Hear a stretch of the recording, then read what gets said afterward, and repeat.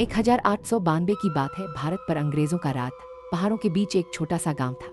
कालंडी, चारों ओर घना जंगल, बीच में एक नदी जो दिन में भी अंधेरी लगती थी। पेड़ों पर काई जमी हुई थी और रात में झिंगुरों की आवाज ऐसा एहसास देती जैसे कोई फुसफुसा रहा हो। कालंडी गांव छोटा था, लेकिन उसका नाम आसपास के 20 गांवों में भय का पर्याय बन चुका था। गांव के बीचों बीच एक पुराना बरगद का पेड़ था। उसकी जड़ों में सफेद कपड़े में बंधे नींबू, मिर्च, राख और कुछ अजीब से ताबीज लटकते रहते थे। बुजुर्ग कहते ये ताबीज उस शापित कुएं की बुरी आत्मा को बांधे हुए हैं, जो गांव के बाहर जंगल के बीच था। कोई उस कुएं का नाम भी नहीं लेता था। बच्चों को सख्त मना था वहां जाने का, परंतु हर लड़की तरह वहां भी कुछ जिज्ञासु आत्माएं। राधा गांव की सबसे सुंदर स्त्री थी। गोरी, लंबी और बड़ी काली आंखों वाली। उसका पति गोविंद गांव का साधारण किसान था। दोनों एक झोपड़ी में रहते थे और अपना गुजारा खेतीबाड़ी से करते थे। राधा का स्वभाव शांत था, लेकिन उसमें कुछ रहस्य छिपा था। वह कभी कभी आधी रात को अकेली बाहर चली जाती। लोग कहते थे वह किसी देवी की साधना करती है, कुछ कहते वो किसी आत्मा। एक रात गोविंद ने देखा कि राधा धीरे से उठी और लाल कपड़े में कुछ बांधकर बाहर निकल गई। गोविंद ने उसका पीछा किया। जंगल की राह अंधेरी थी, हवा चलना बंद थी, पर पत्तों की सरसराहट ऐसे सुनाई दे रही थी जैसे कोई धीमी हंसी हो। राधा एक पुराने कुएं के पास पहुंची, वही शापित कुआं। उसने लाल कपड़ा खोला, उसमें मिट्टी, राख और कुछ बाल थे। उसने वो सब कुएं में डाल से ठंडी हवा का झोंका उठा। गोविंद के रोंगटे खड़े हो गए। उसे लगा कुएं के भीतर से किसी औरत की कराहने की आवाज आ रही है। फिर राधा पलटी, उसकी आंखें लाल थीं, चेहरा विचित्र लग रहा था, जैसे किसी और का चेहरा उस पर चढ़ गया हो। गोविंद घबरा गया और भाग पड़ा। उसे लगा पेड़ हिल रहे, जैसे रास्ता खुद बदल गया हो। किसी तरह वह घर पहुंचा। धीरे धीरे गांव में अजीब घटनाएं होने लगी। पहले हरी काका की मौत, जो कुएं के पास लकड़ी काटने गए थे, उनका शव मिला। चेहरा नीला, आंखें खुली और गले पर नाखून के निशान। फिर चरवाहा रामू, जो गाय चराने गया था, उसका भी वही हाल। लोग डर के मारे जंगल जाना छोड़ दिए। औरतें शाम ढलते ही दरवाजे बंद कर लेती, बच्चों को ओखली में छुपा देती। पंडित आता था कि 100 साल पहले इसी कुएं में एक स्त्री को जिंदा गाड़ दिया गया था। उसका नाम भी कालंडी था। वह देवी की भक्त थी, साध्वी थी, मगर गांव के जमींदार रणवीर सिंह को उसका ज्ञान पसंद नहीं था। वह कहती थी देवी सबको समान दृष्टि से देखती है, और यह सुनकर रणवीर सिंह ने गुस्से में उसे चुड़ैल घोषित करवा दिया। गांव वालों को बहकाकर उसने कालंडी को उसी कुएं, जब मेरा खून इस मिट्टी से फिर मिल जाएगा तब कालंडी लौटेगी, और जो भी झूठ और पाप में लिप्त होगा वो नष्ट हो जाएगा। अब लगता था वह शाप फिर जाग उठा है। राधा का चेहरा बदलने लगा, उसकी आंखें लाल, बाल बिखरे, आवाज भारी हो गई थी। कभी कभी वह किसी अजनबी भाषा में बोलती और घर की दीवारों पर राख से त्रिकोण बनाती। एक दिन गोविंद ने देखा कि वह खुद अपने खून से कालंडी नाम लिख रही थी। उसने उसे रोका तो वह चीख उठी, मुझे मत रोको, मैं लौट आई हूं। फिर वह बेहोश हो गए।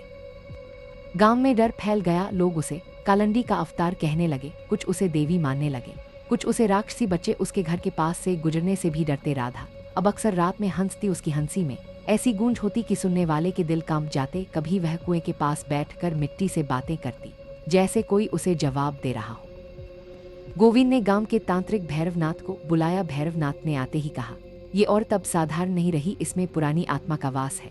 उसने पूजा की तैयारी की, मंत्र पढ़े, हवन कुंड जलाया, मगर जैसे ही उसने अग्नि में घी डाला, लौ नीली हो गई, हवा में राख उड़ी और राधा का शरीर कांपने लगा। अचानक वह हवा में उठी, उसकी आंखें आग की तरह जल रही थीं। उसने कहा, तुम सब पापी हो, जिसने मुझे कुएं में दफनाया था, मैं उसे और उसके वंशजों को मिटा दूंगी। भैरवनाथ डर गया, उसने हवन रोक दिया, मगर राधा जमीन पर गिरी और फिर उठकर मुस्कुराई, अब कोई मुझे नहीं रोक सकता। उस रात गांव के मुखिया के घर आग लग गई। पूरा घर राख हो गया और भीतर से सिर्फ राख ही निकली, न हड्डियां न कपड़े। कहा गया कि मुखिया रणवीर सिंह का परपोता था। सब समझ गए, शाप ने काम करना शुरू कर दिया था।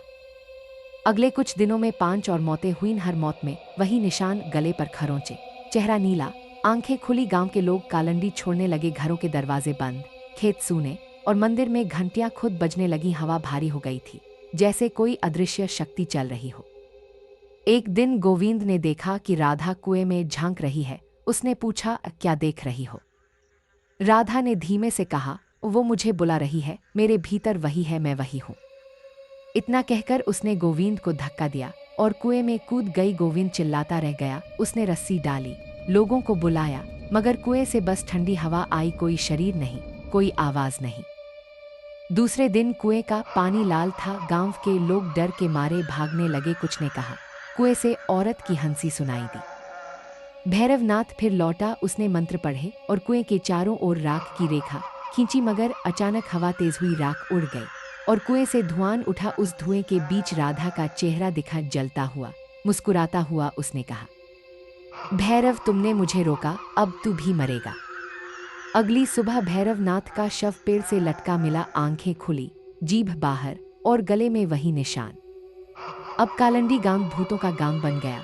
कोई इंसान वहां नहीं बचा। खेतों में घास उग आए, मकान गिर गए। रात को बरगद के पेड़ से लाल कपड़े उड़ते और कुएं के पास दिए अपने आप जल उठते। कभी कभी कोई राहगीर वहां से गुजरता तो उसे किसी औरत की धीमी आवाज सुनाई देती, तू भी आएगा मेरे पास। सालों बाद अंग्रेज अफसरों ने रिपोर्ट लिखी, कालंडी गांव को छोड़ दिया जाए, यह क्षेत्र शापित है। और फिर नक्शों से कालंडी का नाम मिटा दिया गया। मगर कहते हैं, नाम मिटाने से आत्माएं नहीं मिटती। आज भी जब रात को तेज हवा चलती है और किसी दूर के गांव में कोई लाल रोशनी झपकती है तो लोग कहते हैं, कालंडी लौट आई है। पुराने गांवों में बुजुर्ग आज भी बच्चों को डराते हुए कहते हैं, सूरज ढलने के बाद अगर